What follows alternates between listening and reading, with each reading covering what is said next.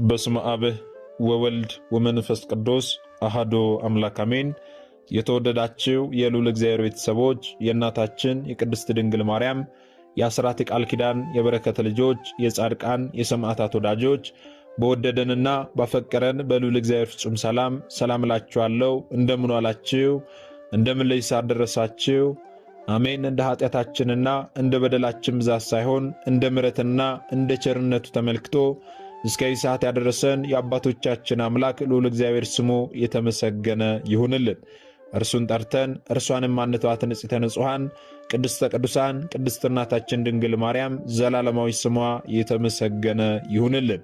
እንግዲህ እንደ እግዚአብሔር አምላካችን መልካምና በጎ ፍቃድ ዛሬ የምንማማረው እንደ ቤተ ክርስቲያናችን አስተምሮ መሰረት የመጀመሪያው የአብይ ጾም ሳምንት ዘወረደ በመባል ይታወቃልና ስለምን ዘወረደ ተባለ? ቅድስት ቤተ ክርስቲያናችን በዚህ በዘወረደ ሳምንት ምንድነው የምታስተምረን? በተጨማሪም ይህ ሳምንት ጾመ ሕርቃል ይባላልና ስለምን ጾመ ሕርቃል ተባለ የሚለውን እንደ እግዚአብሔር አምላካችን መልካምና በጎ ፍቃድ ዛሬ አጠር አድርገን እንማማራለን። እንግዲህ የሚያስተምረን እግዚአብሔር ነው፣ የሚመክረን እግዚአብሔር ነው፣ የሚገስጸን እግዚአብሔር ነው። እርሱ በመካከላችን ተገኝቶ የጎደለውን አሟልቶ የተጣመመውን አቃንቶ በአፈ መላእክት አርሞ ያስተምረን ይመክረን ይገስጸን ዘንድ የእርሱ መልካምና በጎ ፍቃዱ ይሁንልን። የእናታችን የንጽሕተ ንጹሐን የቅድስተ ቅዱሳን የቅድስት እናታችን የድንግል ማርያም ምልጃ ተረዳይነቷ በረከቷ ሁሉ በሁላችን ላይ ይደርብን። እንግዲህ ወደ ዛሬው ትምህርታችን ስንገባ ታዲያ ሐዋርያዊት የሆነችው ኦርቶዶክሳዊት ተዋሕዶ ቤተክርስቲያናችን በቀኖናዋ የታወቁ 7 የአዋጅ አጽዋማት አሏት። እነዚህን 7 የአዋጅ አጽዋማት ማንኛውም ክርስቲያን ሊጾማቸው ይገባል ብላ የደነገገችልን ማለት ነው። ከነዚህ ከ7ቱ የአዋጅ አጽዋማት መካከል አንዱ ታላቁ የአብይ ጾም ነው። ይህንንም ደግሞ መድኃኒታችን ኢየሱስ ክርስቶስ የማዳን ሥራው መጀመሪያ በማድረግ እነሆ ከቆመ ሳይቀመጥ ከዘረጋ ሳያጥፍ አንዳች እህልና ውሃ ሳይቀምስ የጾመው ታላቅ ጾም ነው። ሥርዓተ ጾሙ የተመሠረተው ወልደ አብ ወልደ ማርያም በሆነው በመድኃኒታችን በኢየሱስ ክርስቶስ ስለሆነና ጥንተ ጠላታችን የሆነው ዲያብሎስን ጌታችን መድኃኒታችን ኢየሱስ ክርስቶስ ድል የነሳበት ጾም በመሆኑ ይህ ጾም ታላቅ ጾም ተሰኝቷል ማለት ነው። ወይም ደግሞ አብይ ጾም ተሰኝቷል ማለት ነው። ታዲያ ጌታችን መድኃኒታችን ኢየሱስ ክርስቶስ ስለምንድን ነው የጾመው ስንል አርያ ሊሆነን ነው። ጌታችን መድኃኔ ዓለም ክርስቶስ በመዋዕለ ሥጋዌው ሳለ ወይም ደግሞ በዚች ምድር ላይ ሲመላለስ እያንዳንዲቷ ያደረጋቸው ተግባራት ሁሉ ለእኛ አርያ ሊሆነን ነው፣ ሊያስተምረን ነው እንጂ እርሱማ ጾሞ የሚጠቀመው ነገር ኖሮ አይደለም። ነገር ግን እርሱ ጾሞ እኛን ጾሙ ብሎ ሥርዓተ ጾምን መሰረተልን። ስንጾም ሰይጣን ዲያብሎስን ድል እንደምናደርግ ድል እንደምንነሳ ሲያስተምረን ጌታችን መድኃኒታችን ኢየሱስ ክርስቶስ ጾሟል ማለት ነው። ቀዳማዊው አዳም የፈጣሪውን የእግዚአብሔርን የጾም ትእዛዝ በማፍረሱ ምክንያት ገነትን ከመሰለ ቦታ እግዚአብሔርን ከመሰለ ጌታ ጋር ተቆራረጠ፣ ተለያየ። አትብላ የተባለውን ነገር በመብላቱ የጾም ትእዛዝን በማፍረሱ ምክንያት ገነትን ከመሰለ ቦታ እግዚአብሔርን ከመሰለ ቅዱስ አምላክ ጋር ተለያየ ማለት ነው። ስለዚህ በጾም ምክንያት የፈጣሪውን ሕግ አፍርሶ የጠፋውን ቀዳማዊውን አዳም ለማዳንና ወደ ቀደመ ክብሩ ለመመለስ ሲል የሰውን ልጅ ለመፈለግ የመጣው ዳግማዊው አዳም መድኃኒታችን ኢየሱስ ክርስቶስ የመጀመሪያ ሥራውን የጀመረው በጾም ነበረ። የማቴዎስ ወንጌል ምዕራፍ 4 ቁጥር 1 እስከ 11 ስትመለከቱ እንደምታገኙት ማለት ነው። ዳግማዊው አዳም መድኃኒታችን ኢየሱስ ክርስቶስ ኃጢአት የሌለበት ንጹሕ ባሕርይ የሆነ ፍጥረታትን በቃሉ የፈጠረ ሁሉ በእጁ የሆነ ድንቅ መካር ኃያል አምላክ ሲሆን ምንም እንደሌለው ተራበ። ይህም ለእኛ ምሳሌ የሆነን ዘንድ ነው። የነቢያት አምላክ ነውና ኦሪትንና ነቢያትን ሊፈጽም እንደ ነቢያቱ 40 ቀንና 40 ሌሊት በገዳም አደረ፣ በዲያብሎስ ተፈተነ። ይህም ለእኛ ምሳሌ የሆነን ዘንድ ነው። በዲያብሎስ ፈተና ይመጣብናል፣ ፈተና እንፈተናለን። ነገር ግን ፈተናዎችን ሁሉ ድል የምናደርገው ስንጾም ስንጸልይ እንደሆነ ሊያስረዳን ጌታችን መድኃኒታችን ኢየሱስ ክርስቶስ በገዳም አደረ። በገዳመ ቆሮንጦስ 40 ቀንና 40 ሌሊት ጾመ፣ ጸለየ። ስንጾም ስንጸልይ ሰይጣን ዲያብሎስ መግቢያ ያጣል ወገኖቼ። ሰይጣን ዲያብሎስ ይጨነቃል። ቅዱሳን አባቶቻችን አገልግሎታቸውን ከመጀመራቸው በፊት ቀድሚያ ይጾሙ ነበረ። ሐዋርያትም ቢሆኑ መንፈሳዊ አገልግሎት ከመጀመራቸው በፊት በጾም ነበረ ፈጣሪያቸውን የሚጠይቁት። ፈጣሪያቸውም ደግሞ የለመኑትንና የሚሹትን ሁሉ ይሰጣቸው ነበረ። ጾማቸውን፣ ጸሎታቸውን ተቀብሎ ማለት ነው። ታዲያ ይህ ታላቁ የአብይ ጾም የተለያዩ ስያሜዎች አሉት። የመጀመሪያው አብይ ጾም ይባላል። ስለምን አብይ ጾም ተባለ ስንል በመጀመሪያ አብይ ማለት ታላቅ ማለት ነው። ለምን ታላቅ ጾም ወይም አብይ ጾም ተባለ ስንል ጌታችን መድኃኒታችን ኢየሱስ ክርስቶስ ከተጠመቀ በኋላ የጾመው የ40 ቀን ጾም በመሆኑ ራሱ ባለቤቱ ጌታችን መድኃኒታችን ኢየሱስ ክርስቶስ የጾመው ጾም በመሆኑ ታላቅ ጾም ተብሏል ማለት ነው። ሁለተኛው ደግሞ ሁዳዴ ጾም ይባላል። ሁዳድ ማለት ሰፊ የመንግስት እርሻ ወይም ደግሞ ማንኛውም የህዝብ ብዛት ያለበት ሥራ ሁሉ ሁዳዴ የሚባል ሲሆን የሁዳዴ ጾም የተባለውም በጾም ቀናት 55 ቀናት ስለሚጾምና ጾሙንም ጌታችን መድኃኒታችን ኢየሱስ ክርስቶስ ስለ ጾሞ ነው። ሌላው በዓተ ጾም ይባላል። ይህ ማለት የጾም መግቢያ መባቻ ወይም ደግሞ ጾሙ የሚሰፍርበት በዓት ማለት ነው። ጾመ አርባም ይባላል። ጌታችን መድኃኒታችን ኢየሱስ ክርስቶስ የጾመው የ40 ቀን ጾም ስለሆነ ነው። የማቴዎስ ወንጌል ምዕራፍ 4 ቁጥር 1 ላይ ስትመለከቱ እንደምታገኙት ጾመ ኢየሱስም ይባላል። ይህም ደግሞ ራሱ ኢየሱስ ክርስቶስ ጾሞ ጾሙ ብሎ ስላዘዘን ጾመ ኢየሱስም ተብሎ ይጠራል ማለት ነው። ልብ በሉ ወገኖቼ። ታዲያ እዚህ ጋር አንድ ልናስተውል የሚገባ ነገር አለ። አንዳንድ ሰዎች የሚጠይቁት ጥያቄ አለ።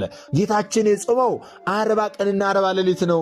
ታዲያ እኛ ስለምንድን ነው 55 ቀን የምንጾመው ብለው የሚጠይቁ ሰዎች አሉ። ለዚህ ጥያቄያቸው ምላሹ ምንድን ነው ካልን ጾሙ 8 ሳምንታት ያሉት ሲሆን 55 ቀን ነው የሚጾመው። ለምን 55 ሆነ? 15 ቀናት ከየት መጡ ስንል በውስጡ 8 ቅዳሜዎችና 7 እሁዶች ይገኛሉ። እነዚህ በድምሩ 15 ቀናት ይሆናሉ። እነዚህ 15 ቀናት ደግሞ ከጥሉላት እንጂ ከእህልና ከውሃ ስለማይጾሙ የጾም ወራት 40 ቀን ብቻ ይሆናል ማለት ነው። ልብ በሉ። ግልጽ እንዲሆንላችሁ ከጥሉላት ምግብ ስንል ብዙ ሰዎች ጥሉላት ምንድን ናቸው ብለው ግራ የሚገባቸው ስላሉ ከጥሉላት ምግብ ነው የምንጾመው ስንል ስጋ፣ ቅቤ፣ ወተት ከመሳሰሉት እንቆጠባለን እንጾማለን እንጂ ምንም አይነት እህል ውሃ ሳንቀምስ እስከ 9 ሰዓት ስለማንጾማቸው እነዚህን ቅዳሜና እሁድን እነዚህ 15 ቀናት ከመሃል ሲወጡ የጾም ወራት 40 ቀን ብቻ ይሆናል ማለት ነው። ስለዚህ የተጨመሩት 15ቱ ቀናት ቅዳሜና እሁድ ናቸው። ይህንን በደንብ ልታውቅ ያስፈልጋል ማለት ነው። ታዲያ ይህ ታላቁ የአብይ ጾም 8 ሳምንታት አሉት ብለናል። እነዚህ 8 ሳምንታት ምን ምንድን ናቸው ስንል የመጀመሪያው ዘወረደ፣ ሁለተኛው ቅድስት፣ ሦስተኛው ምኩራብ፣ አራተኛው መጻጉዕ፣ አምስተኛው ደብረ ዘይት፣ ስድስተኛው ገብርኄር፣ ሰባተኛው ኒቆዲሞስ፣ ስምንተኛው ደግሞ ሆሳዕና ናቸው። እነዚህ 8 ሳምንታት አሉ። በእነዚህ በ8ቱም ሳምንታት ደግሞ ቅድስት ቤተ ክርስቲያናችን የራሷ የሆነ አስተምሮች አሏት። ዘወረደ ሲባል በዘወረደ ሳምንት የምታስተምረን አስተምሮ አለ። ቅድስት ስትል በቅድስት የምታስተምረን አስተምሮ አላት። ስለዚህ የመጀመሪያው የአብይ ጾምን ሳምንት ቅድስት ቤተ ክርስቲያናችን ለምን ዘወረደ ብላ ሰየመች? ዘወረደ ማለትስ ምን ማለት ነው የሚለውን ደግሞ አሁን አጠር አድርገን እንመለከታለን ማለት ነው። እንደ ቤተ ክርስቲያናችን አስተምሮ መሰረት የመጀመሪያው የአብይ ጾም ሳምንት ዘወረደ በመባል ይታወቃል፣ ይጠራል ማለት ነው። ዘወረደ ማለት ምን ማለት ነው ስንል ዘወረደ ማለት የወረደ ማለት ነው። ከላይ ከሰማይ የመጣ የወረደ ማለት ነው። ይህ የጾም ሳምንት ትልቅ ምስጢር የያዘ ነው። ከሦስቱ አካል አንዱ አካል እግዚአብሔር ወልድ ከሰማያት ሰማያት ወርዶ ከድንግል ማርያም መወለዱን በተለየ መልኩ በጾምና በጸሎት የምናስብበት ታላቅ ሳምንት ነው። ይህ የዘወረደ ሳምንት ከሰማያት ሰማያት የወረደውን ከድንግል ማርያም የተወለደውን በጥንት ስሙ ወልድ ወይም ደግሞ ቃል በኋላ ስሙ ደግሞ ኢየሱስ ክርስቶስ አማኑኤል የተባለውን ሰው የሆነውን አምላክ ለማመስገን ርደቱን ወይም ደግሞ ከሰማያት ሰማያት መውረዱን ለመዘከር የሚጾም ጾም ነው ማለት ነው። ይህ ሳምንት ይህ ከሰማይ የወረደው ጌታችን መድኃኒታችን ኢየሱስ ክርስቶስ ከሦስቱ አካል አንዱ አካል እግዚአብሔር ወልድ መሆኑን ደግሞ መጽሐፍ ቅዱስ ያስረዳናል። በዚህ በዮሐንስ ወንጌል ምዕራፍ 3 ቁጥር 13 ላይ እንዲህ የሚል ቃል ታገኛላችሁ። ከሰማይም ከወረደው በቀር ወደ ሰማይ የወጣ ማንም የለም፣ እርሱም በሰማይ የሚኖረው የሰው ልጅ ነው ይላል። ይህ በሰማይ የሚኖረው የሰው ልጅ ማን ነው? ዮሐንስ ወንጌል ምዕራፍ 1 ቁጥር 1 ጀምሮ ስትመለከቱ እንዲህ ይላል።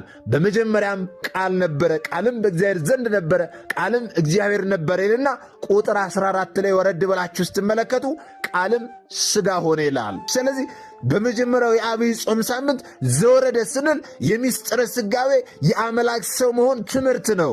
ዘወረደ ማለት ከሰማያ ሰማያት የወረደ ማለት ነው። አምላክ ሰው ሆነ፣ ሰው አምላክ ሆነ ማለት ነው። አምላክ ወረደ፣ ከቅድስት ድንግል ማርያም ተወለደ፣ በፍጹም ተዋህዶ ሰው ሆነ ማለታችን ነው። አምላካችን ኢየሱስ ክርስቶስ ሕያው ሲሆን ሞቶ በመብል ምክንያት የሞተውን አዳምን ሕያው አደረገው። ቅድስት ቤተ ክርስቲያናችን ጌታችን ተጠመቀ፣ ጌታችን ተሰቀለ፣ ጌታችን ሞትን ድል አድርጎ ተነሳ፣ ጌታችን አረገ ከማለቷ አስቀድሞ ከሰማያት ሰማያት መውረዱን ከድንግል ማርያም መወለዱን መናገር አስፈላጊ ነውና የመጀመሪያውን የዐቢይ ጾም ሳምንት ዘወረደ ወይም ደግሞ የወረደ ብላ ታስተምረናለች ማለት ነው። ልብ በሉ። እዚህ ጋር ግን አንድ ልናስተውል የሚገባ ነገር አለ። ዘወረደ ስንል ማለት ነው አንተ በሰማይ ወአንተ በምድር ወአንተ በባህር ወአንተ በየብስ የተባለው አንተ በሰማይ አለ፣ አንተ በባህር አለ፣ አንተ በየብስም አለ፣ አንተ በምድርም አለ የተባለውን በሰማይም በምድርም ምሉ የሆነውን አምላክ ወረደ መጣ ብሎ መናገር ሰው ሆነ ማለት ነው። እዚህ ጋር በደንብ ግልጽ ሊሆንላቸው ያስፈልጋል። ሰው ሆኖ መገለጡን ለማስረዳት ነው እንጂ መውረድ መውጣት የሚባሉ ቃላት በሁሉ ቦታ ምሉ ለሆነው መለኮት አይስማሙትም። ቃላቱ ሰውኛ አነጋገርን የሚያመላክቱ ናቸውና ማለት ነው። መተርጉማን አበው ሲናገሩ ዘወረደ ማለት ሰው ሆነ ማለት ነው ብለው ይተረጉሙታል። አምላካችን ሰው ከሆነ በኋላ መጣ፣ ሰው ከሆነ በኋላ ሄደ፣ ሰው ከሆነ በኋላ ወረደ፣ ሰው ከሆነ በኋላ አረገ የሚሉ ቃላት ይስማሙታል። ምላቱን ሳይለቅ በሰው አካል ተወስኖ ስለታየ ማለት ነው። ስለዚህ ወረደ እግዚአብሔር ሰው ሆኖ መገለጡን፣ አረገ ደግሞ የሰውነቱን ሥራ መፈጸሙን ያሳያል። አረገ ስንልም ቀድሞ በሰማይ የለም ለማለት አይደለም። አምላካችን ኢየሱስ ክርስቶስ በመለኮቱ በዓለሙ ሁሉ ምሉ ነውና ማለት ነው። ቅድስት ቤተ ክርስቲያናችን በሊቁ በቅዱስ ያሬድ አማካኝነት የመጀመሪያውን የዐቢይ ጾም ሳምንት ዘወረደ ብላ ሰይማ፣ በዚህ በዘወረደ ሳምንት ደግሞ ጌታችን መድኃኒታችን ኢየሱስ ክርስቶስ የወደቀውን የሰውን ልጅ ለማንሳት ከሰማያት ሰማያት መውረዱን ከድንግል ማርያም መወለዱን በደንብ በስፋት ታስተምረናለች ማለት ነው በዚህ ሳምንት። ታዲያ ዘወረደ ስለምን እንደተባለ በጥቂቱ ከተመለከትን ዘንዳ ደግሞ ይህ ሳምንት ጾመ ሕርቃልም ተብሎ ይጠራል። ታሪኩ እንዲህ ነው። በ614 ዓመተ ምህረት ኪሪዮስ የተባለ የፋርስ ንጉሥ ኢየሩሳሌምን በመውረር ጥቃት አደረሰ።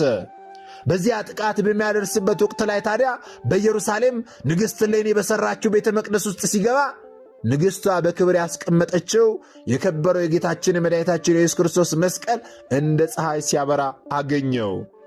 በዚህ ጊዜ ተመልክቶ እጅጉኑ ተደንቆ መስቀሉን ቢነካው መስቀሉ አቃጠለው። ምክንያቱም ክህነት ስላልነበረው፣ ክህነት ያላቸው አባቶች በስተቀር ማንም ሊነካው ሊዳስሰው ስለማይችል በወቅቱ እርሱ ጠጋ ብሎ ቢነካው አቃጠለው።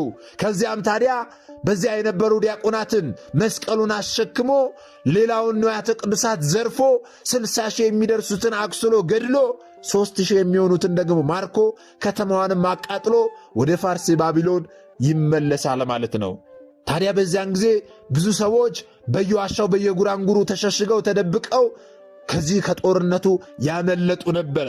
እነዚያ ከጦርነቱ ያመለጡ በየዋሻው በየጉራንጉሩ ገብተው ተሸሽገው የነበሩ በአንድነት ተሰብስበው ከ14 ዓመት በኋላ በ628 ዓመተ ምህረት ጩኸታቸውንና የደረሰባቸውን መከራ የደረሰባቸውን ግፍ፣ ጓደኞቻቸው እንደተማረኩ፣ ቤተሰቦቻቸው እንደተማረኩ፣ የጌታችንን መስቀል እንደተማረከ፣ ንዋያተ ቅዱሳትም እንደተዘረፉ ለሮሙ ንጉሥ ለንጉሥ ሕርቃል ሄደው ሮሯቸውን የደረሰባቸውን ይነግሩታል።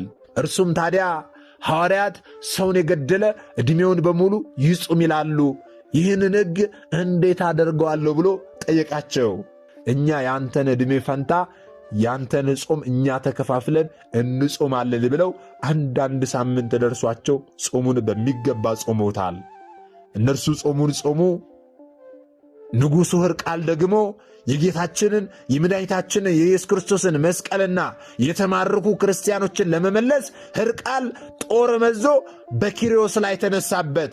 ድል ለሕርቃል ሆነና አሸነፈ። ነገር ግን መስቀሉ ያለበትን ቦታ ማግኘት አልቻለም። ምክንያቱም ያ ኪሪዮስ የተባለ የፋርስ ንጉሥ መስቀሉን ዲያቆናቱን አሸክሞ ወደ ፋርስ ከወሰደ በኋላ ቆፍሮ እንዲቀብሩ ካደረጋቸው በኋላ ዲያቆናቱን በዚያው ገድሏቸዋል። ቦታውን ማንም እንዳያውቅ አድርጓል።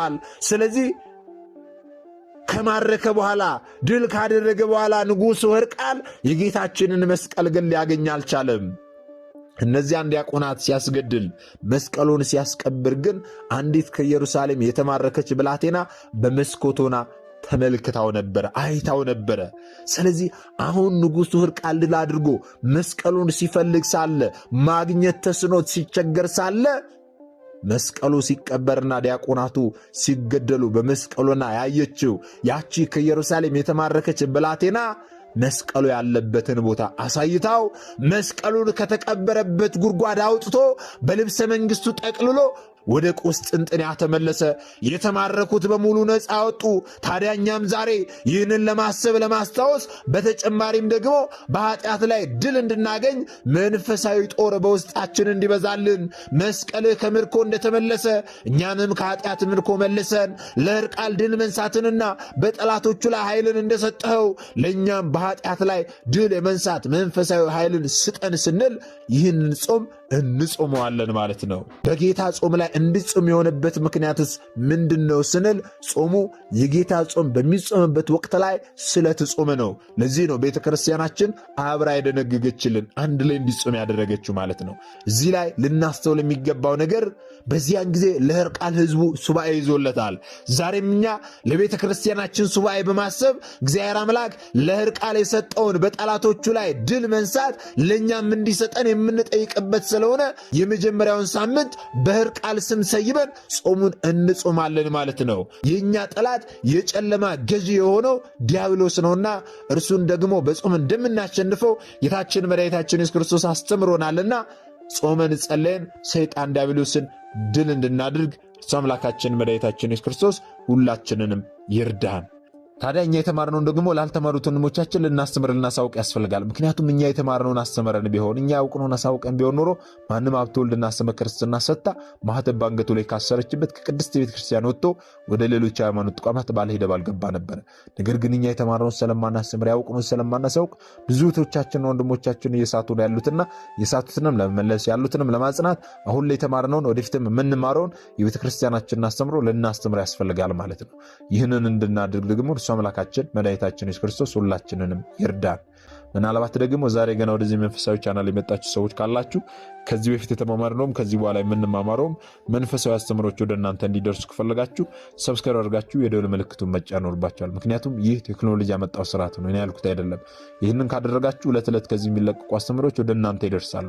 ይህንን ካላደረጋችሁ ደግሞ ዛሬ እንደ አጋጣሚ ይህንን አስተምሮ ሰምታችሁ ሊሆን ይችላል፣ በቀጣይ ከዚህ የሚለቀቁ አስተምሮች ወደ እናንተ አይደርሱም ማለት ነው። ስለዚህ ወደ እናንተ እንዲደርሱ ከፈለጋችሁ ሰብስክራይብ አድርጋችሁ የደወል ምልክቱን መጫን ይኖርባችኋል ማለት ነው። ወስብሐት ለእግዚአብሔር ወለወላዲቱ ድንግል ወለመስቀሉ ክቡር። ይቆየን።